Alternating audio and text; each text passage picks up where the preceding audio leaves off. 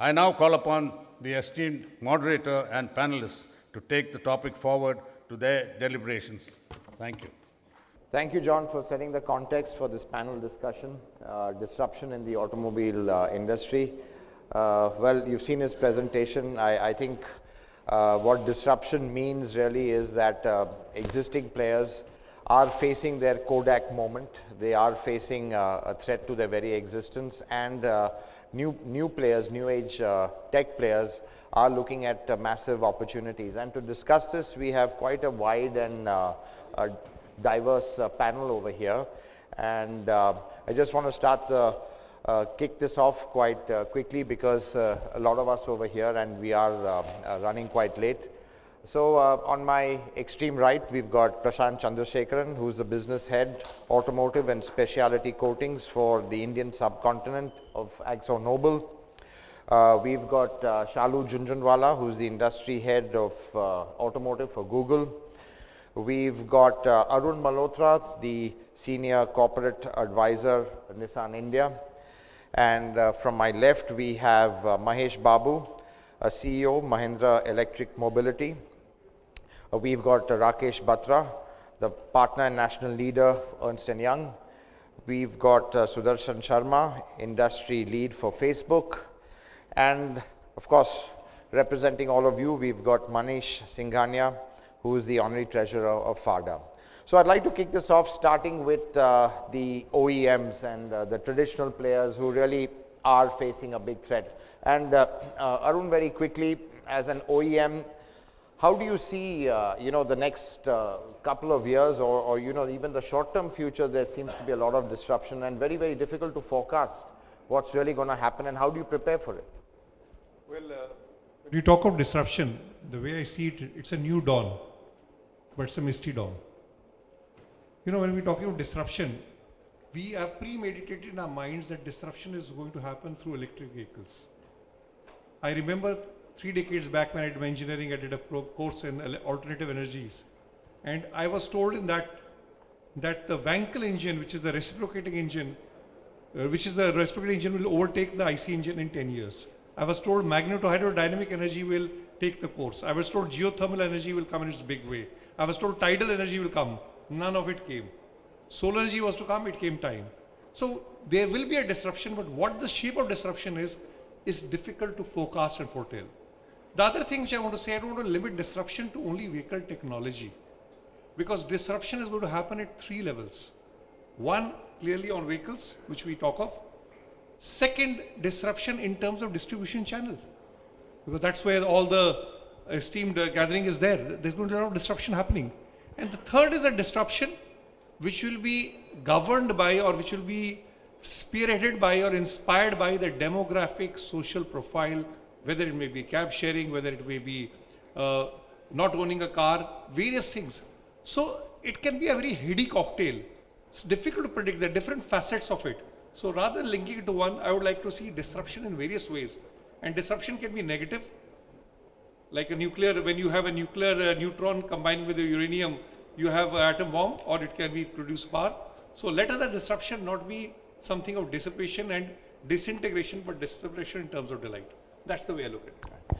I want to turn to you, Mahesh. Arun just said that the Wankel engine never came, but I think clearly we are now looking at the eventual death of the IC engine. Do you see this as happening sooner or rather than later? Do you think it's actually going to happen, or would you think what Arun says is that the IC engine will continue?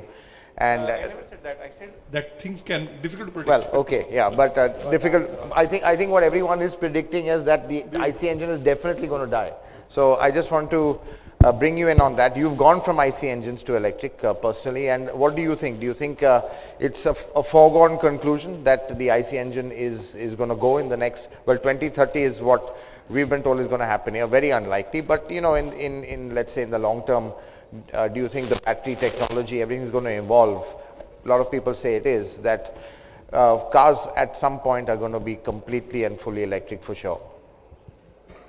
Yeah, it's a very good point. So Arun has already given a sample of how new things will come, go, old things survive and all that. I think when we look at disruption, I would say that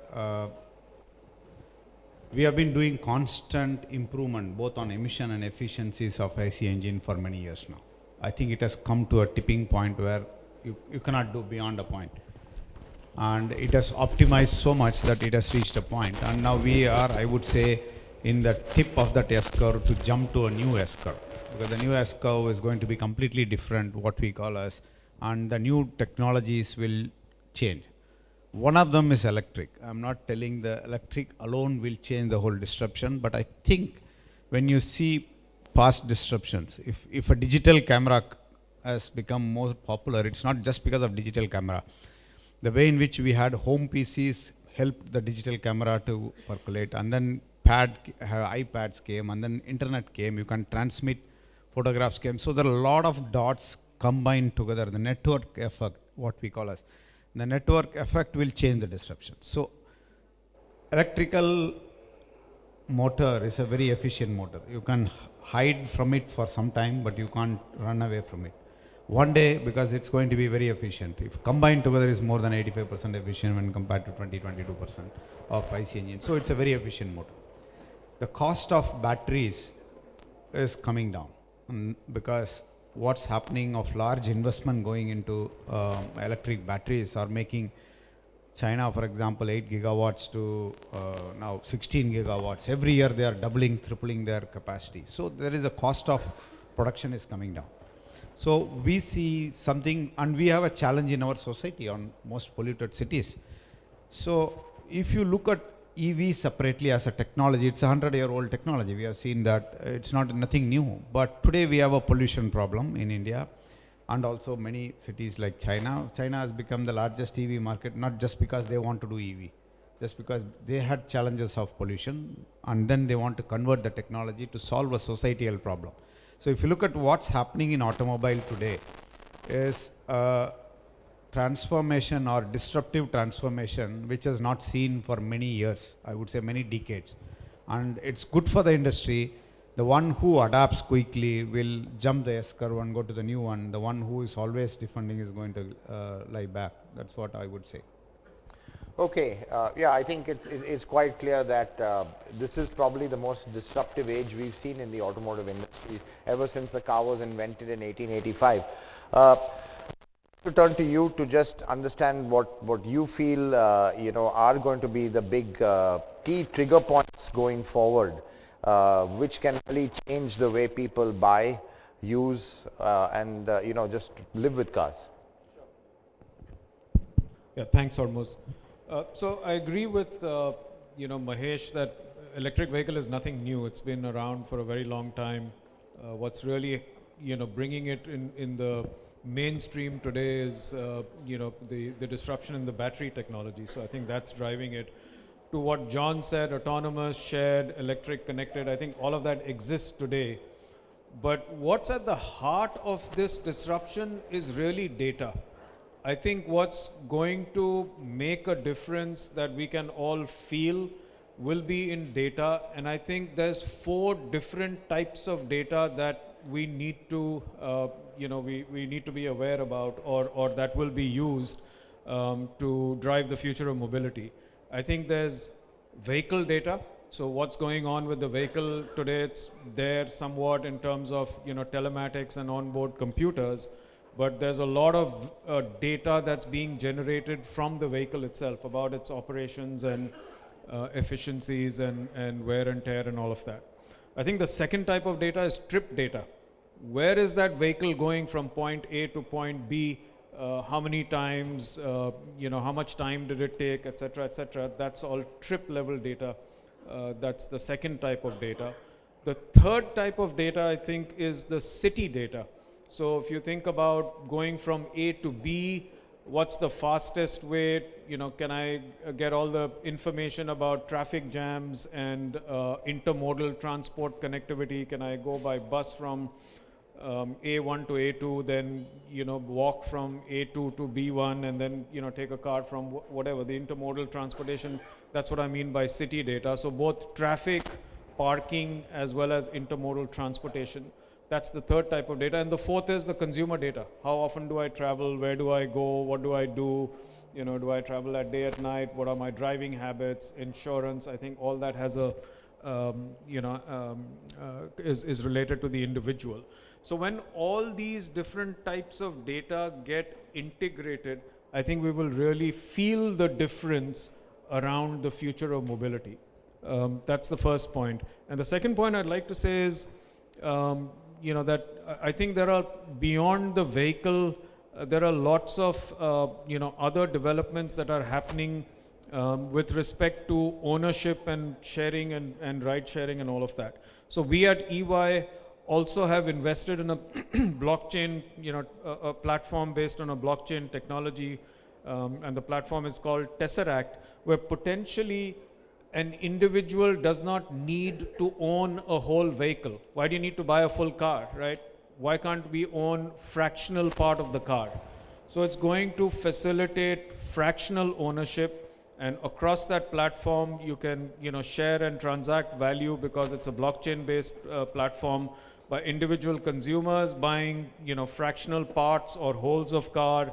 OEMs participate in it, selling cars. You have mobility service providers that provide shared mobility services or ride sharing services. You have financiers that can finance the car and transact the value that's moving across the chain. So I think there are lots of other things that are going on in this world which are sort of already beyond autonomous, shared, electric and connected that could have a more disruptive effect. That's very interesting. You talked about data, especially vehicle data, and there's a saying that data is the new oil as far as customer preferences go. And I think we have two giants over here, Facebook and Google. And Chalu, I'd like to start with you because I think data is where it's at for Google. I mean, literally control it to a certain extent. Do you feel that there's going to be a lot of disruption in the way people are buying cars? What are the trends? Are there going to be virtual showrooms? Is the brick and mortar model going to be defunct in time? Do you think people in time will just buy a car with configured and buy it with a click of a mouse? What's the trend towards the way consumers are looking at buying cars? Yeah, I think we strongly believe as a company that data is what's going to drive the future. And I think one thing that we do a lot is invest in really understanding consumers. And as part of leading the automotive vertical at Google, we really do a lot of work in understanding how the face of the automotive consumer is going to change in the future. And a lot of innovation and disruption that we're talking about is going to be an overlay on how the consumer is disrupting himself and or herself actually. So just to give you a sense on some of the data points that come across very, very strongly that we see today. One is today 98% of consumers are online. And there is no doubt left that there is a coexistence of the online and the offline world which needs to happen together. So it's not a question of will the online world take over the offline world, will it exist, not exist, but the truth is both really need to coexist. And what that means is if you actually truly look, one of the best examples of this would be Amazon. So the way Amazon's taken its online experiences to designing an offline showroom, and they're using all their consumer insights that they get from their online world to actually bring about to life the offline experience, is something we need to start thinking about, with all the dealers sitting in this room in terms of how the showrooms of the future are going to look like. There was a study which we did recently where we actually go out in the market and talk to close to about 800 consumers, and 90% of them said that they're actually going to be comfortable substituting AR/VR experiences to an actual test drive in the future. So this is a reality. We need to think and invest about this space for sure and go a lot more deeper. Another study which we did recently was just to understand the electric vehicle space and to understand really are consumers getting this? Do the consumers even understand what's happening? So we went out about 9,000 consumers, and 73% consumers said that they're likely to consider an electric vehicle in the future. So there's a strong bias happening towards understanding this segment more. So if you actually look at Google search, which is a very strong representation of what your consumer is thinking, there's a 5x growth in queries related to electric vehicles. So consumers really want to understand this segment a lot more, and for us in this room, that's something for us to think about and work on. So consumers are definitely transforming and changing. It's about how well are we going to understand them in the future.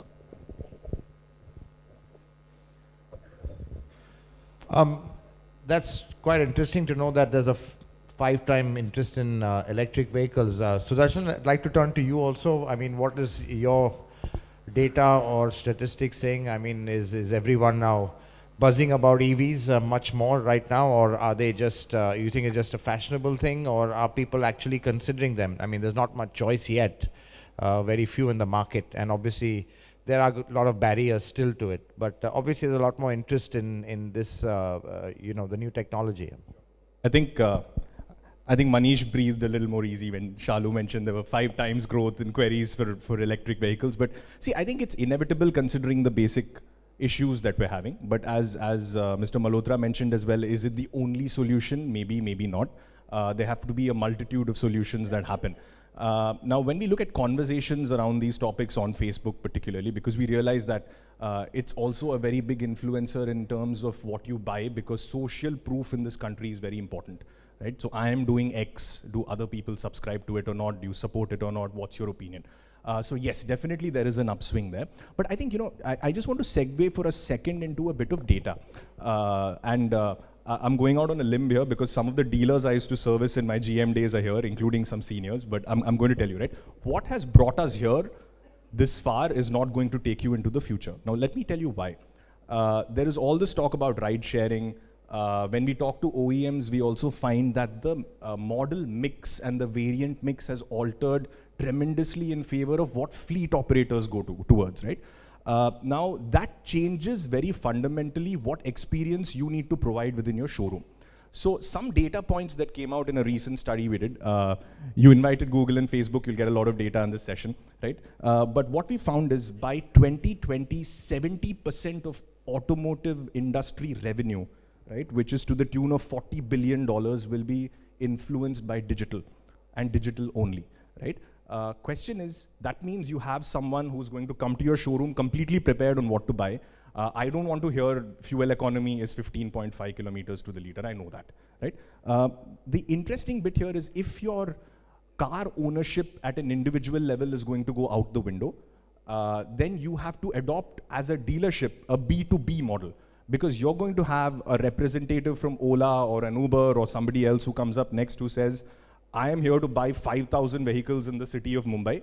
What can you do for me? Let's work out packages, let's work out maintenance. Can you do something else for me? So I, as a dealership and an OEM, need to integrate further vertically or, you know, vertically up or down. Right? I think the next interesting bit which is there is the profits. Now, OEMs build the car, you have suppliers who supply components, etc. Component makers obviously make some money when they supply to you. You put the car together, you make profits on that, the dealer adds his margin, makes money there. What we've seen is now with this entire thing collapsing, how many OEMs here are actually geared and building their own batteries in the future when you know that battery technology is something big? Are you going to source those batteries from someone and pay them a royalty or a licensing fee, or are you going to build it yourself? So what we find is 35% of the monies that OEMs make in terms of profit is going to move out of the OEMs into other people. I think that's a very interesting bit of disruption as well. And I think ultimately it's where the consumers are, what are you doing to connect with them, and where is the money moving, and can we as OEMs and dealers really follow through? I think that's a... Yeah, well, I think these trends are pretty clear, and especially on the digital side. Manish, I think you might be a little comforted with what Shalu said, that I think she hinted that the showrooms aren't going to disappear altogether, and that's Google saying that.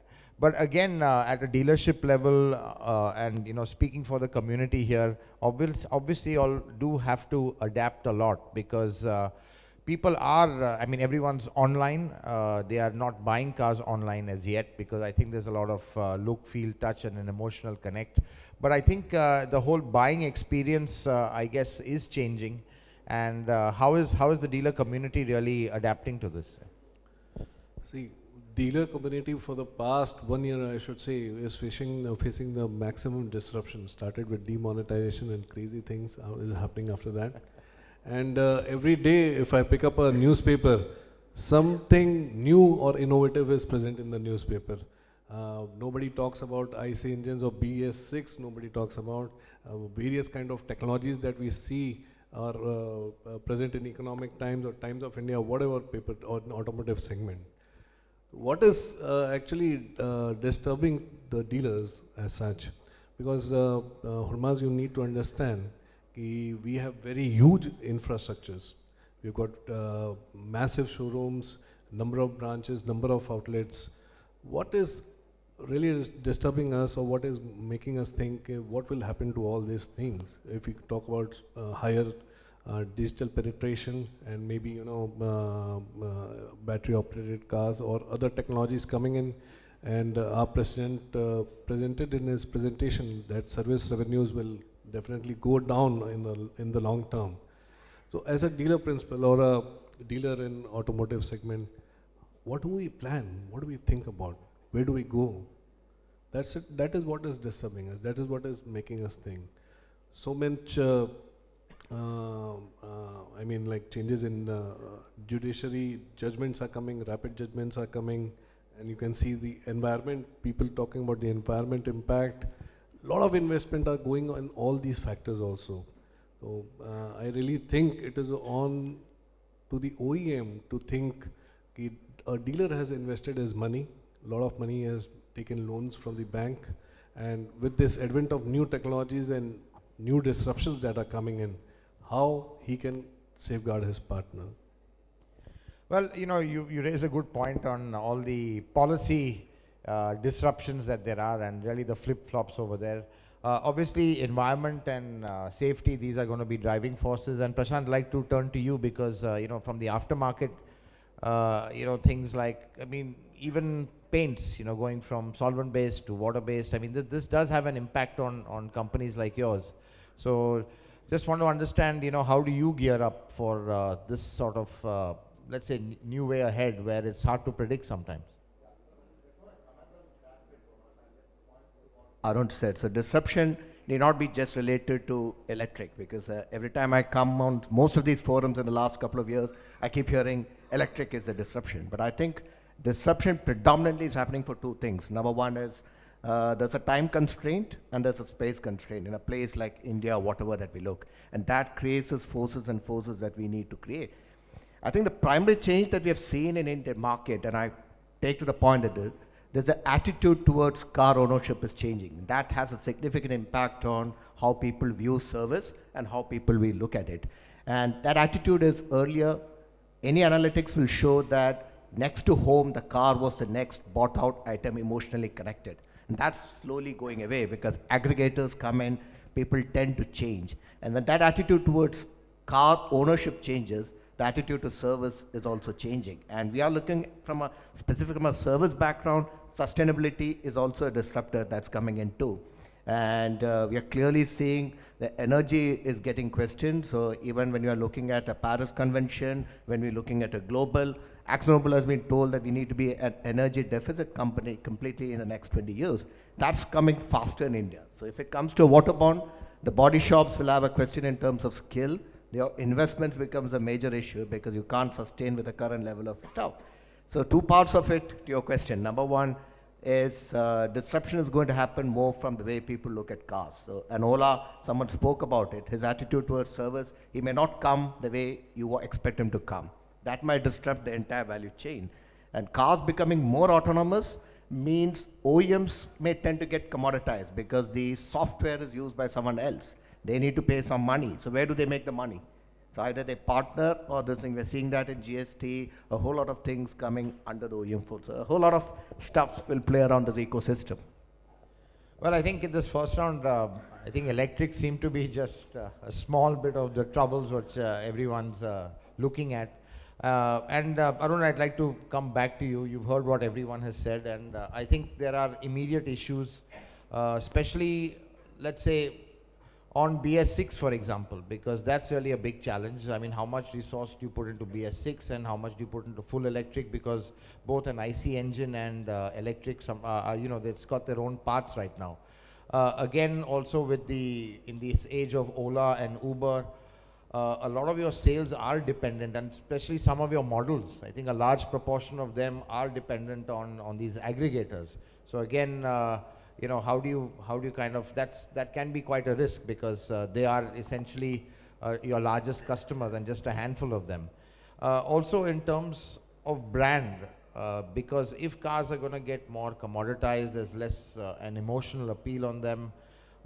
Is that also something a bit of concern, and how do you make your brand, let's say, appealing enough that it goes beyond people just looking at your products as mere transport? Well, BS6, as you know, is round the corner, so that is inevitable. It's too near, so everybody's geared up for BS6. It'll add cost. Yeah, but what I'd like to say is, you know, things like diesel. A lot of people don't know whether to go with diesel or not go with diesel. A lot of people are in fact discontinuing diesel engines, but they don't want to do that. So I think especially on diesel, because the cost is going to be really high. So definitely, I mean, with this, you know, the diesel being branded as a bad fuel in terms of emission, and also the diesel fuel petrol prices, and then the government taxes and the state taxes. So obviously there's a challenge. But I would like to look at another way, and since we are talking to dealers here, how does it impact them? And Manish raised a very relevant point. The amount of real estate owned by dealers is phenomenal. Each showroom is 4,000 to 5,000 square feet, workshop 20,000 square feet. And when we talk of power, you know, we say that the IC engine is not very efficient, it's only 20% efficient, electric 70%. Probably I think our model of distribution is not even 15% efficient. 85% resources which we are building up is not. I can see 2-3 things happening very clearly. One, when I talk to dealers, they say, first of all, we are getting a lot of digital leads, which companies and sites are giving them. So that means they have to go out to the customers, meet them, give them test drives. Second, they say the walk-ins have reduced dramatically. Third, they say that customers who come, they are so well read and they have read all your references, your references even, so they don't need to be guided much. They've made up their decision. They are looking for color, variant, and this thing. So where does it place the dealer upon? So one is, can we see something virtual reality or digitization that it reduces the dealer's investment in terms of showroom? If in virtual reality you can give the same feel in terms of design, look, feel, and also in terms of the riding experience, can it be done? Can it be sharing? We're talking about sharing, carpooling and sharing resources. Can we decide that if we have 6 dealers in a particular city, we have a common, if not a common workshop, at least a common body shop? It's already happening in places like Thailand. So we need to reduce that thing. And then there's fear that if the IC engine disappears, which I think You're not so convinced. Nitin, I'm not convinced. I think Mr. Gadkari himself is not so convinced now. He himself said in his last statements that I didn't mean, I think I misquoted that we 100%. I think it was more the year, but I think what so people I are saying remember that eventually. day, you know, when I was hearing his speech, I was remembering the old Hindi film song of Mr. India. Bijli girane mein hu aayi, naam hai mera hawa hawai. So, you know, wo bijli giri thi us din kafi.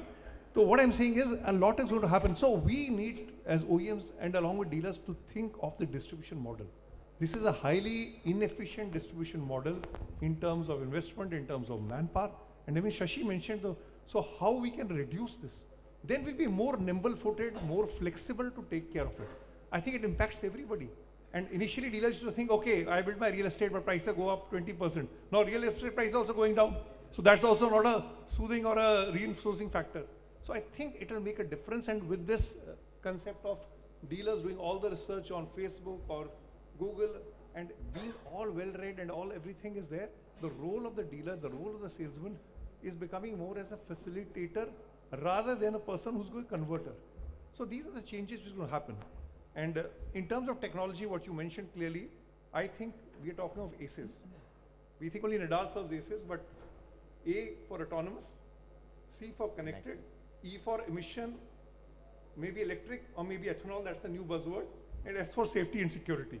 So this is, ACEs will define us. But I think it's a major disruption happening. So we need to be nimble-footed, not hooked up to one thing. Because if you're getting hooked up to one thing, it'll be a challenge in technology. But dealerships need to remodel and OEMs have to play a proactive part. Otherwise, this dealer model itself is going to be in a challenge and it will lead to losses. Which are there. No, you're right. I think what you said, you have to be nimble and try and hedge your bets. But you know, the auto industry is so capital intensive. I mean, you can't be putting all your eggs in IC and in EV as well. And just a couple of things which I wanted to take off from what Arun said. Do you think, let's say you're going the EV route, do you think there's an opportunity there for dealerships where there will be less requirement for service infrastructure and space? Electric cars are more reliable, fewer moving parts, and even the way people buy them. Do you think that's going to change? Because to be honest, EVs don't have that, they don't have that emotional clout as much as the traditional IC engine would. You know, they are seen as kind of commuters. How do you see it happening already? I mean, what's a typical you know, infrastructure for someone selling an E2 or E-Verito? So, taking from what you and Arun have said, I think if it is fully EV, the answer is clear, and it is fully IC engine, then what it is also seen. The toughest part is going to be the transition period, because you are one leg this side and one leg that side. For example, if you look at EV don't need to be serviced. You don't need oil change, filter change and all that. So you don't need large manpower which will support physical activity. But it may need a different set of people who knows softwares, who knows embedded systems, because there may be upgrades like what you are coming in software which may have to get flashed either over air, or there may be some interventions needed. So the quality and the skill level of people of EV is going to be different than IC engines. So the challenge for dealership would be how much you will put your money on this preparation while you will have to service the other preparation. And in the IC engine model, you know that the whole dealership, you have a spares, service revenues, and EV, that whole engine related revenue and service will drastically come down, because basically you can't touch anything on the embedded system and the motor is basically reliable for many years. So this is going to completely change, and the challenge would be this transition. But it also does something which is innovatively possible to transform, because there are a lot of mobility solutions will come into play. Because these all cars of electric right now, even ours, is completely connected. So we transparently know all this. So today, instead of doing a diagnostic of a car when it is available, in fact, dealership will have a preempt message that so-and-so car by so-and-so person is getting into a trouble, so be ready with this. And hence, today they need not have many spares. You can reduce the spares stocking at your dealers. So efficiency will build up in the system. The toughest part is going to be when both of them are going to be there for a period, which is not going to be small and it's going to be long. And this period will make the dealership on very, very tough to handle and how to handle. Even Mahindra, for us, we kept this electric business separate to make sure that a kind of innovation and startup culture remains there while the main business runs on the whole thing. So we'll have to look at all this. Yeah, I think as you rightly said, with EV there are different possibilities altogether, and you know, but again, just talking about the whole customer experience, and again I want to turn to the digital giants over here. Shalu, you know, I just want to get your thoughts on, do you think there could be a time when you know, customer is so evolved, as Arun says, he gets so much information online. I mean, you've got new technology, I mean, virtual reality literally puts you in the driver's seat, that there could be a time you really don't need to go to a showroom and you just configure your car and get it. And maybe it's just the emotional kind of barrier which wants you to go and see the car. Do you think that might change, and there could be a chance of, you know, you're just buying a car the way you'd buy something off Amazon? I know you said that's not going to happen, but just looking forward, I mean, there are some automotive products which people are already buying online. Yeah, I mean, I wish I was a fortune teller and I could forecast what will happen in the future, but you know, I'll tell you, I'll share a personal experience. I was in SFO recently, and I walked into a Tesla showroom, and you should have seen the number of people who were there in that Tesla showroom, which is quite surprising considering Tesla has the most customized buying experience online available on their But it's platform. still a bit of a novelty, isn't it? I'm saying. Yeah, so I'm saying, like, but in a market like SFO, where everybody is online and buys everything online, they still have that physical touch point which is required. So I don't know. I mean, it could be potentially a future scenario where people are actually buying online. Booking online has already started. All the OEMs now see a far greater booking online process happening than they've ever before. Our data says 30% consumers are actually willing to buy online in future. But what does that mean? That are they literally not going to visit a showroom at all in the future? That we don't know. It's too soon to say that. Dealer visits have fallen. They were about, on an average, 4 visits 3 years back. Why do you think they've fallen? To 2.5 today. So I think obviously the key reason is the online substitution that's happening, right? I mean, imagine the amount of time they're spending online. On YouTube alone, there is 500 hours of watch time every minute of auto content in India. 500 hours of watch time every minute. So that's the amount of consumption happening online. So obviously they're going to come up in the showroom much more informed and for the final leg to make the decision on. But will they be substituted completely? Too soon to say that. Well, I think on that note, you've given everyone a bit of a ray of hope that brick and mortar isn't going to go. And I think, I'm sorry, I'll have to end this because I think we've completely run out of time and we're running really late. But thanks everyone. And yeah, we can take some questions. We'll take 2 questions. Anyone, just raise your hand. We'll pass the mic. Kindly be brief in your question.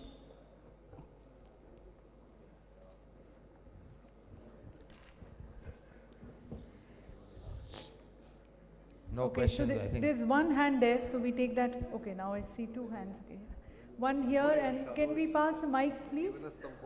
And quick, if you can be kindly be quick. Sir, if you can be a little loud also. We'll pass the mic though.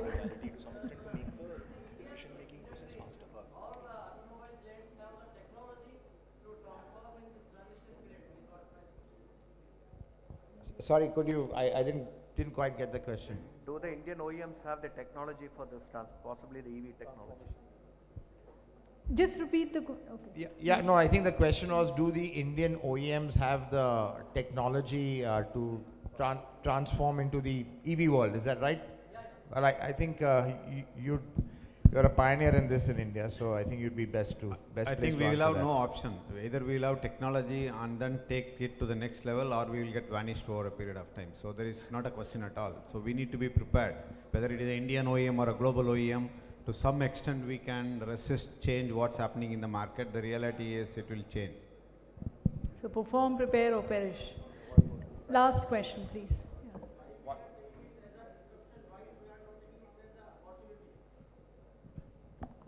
As I mentioned, disruption can be both.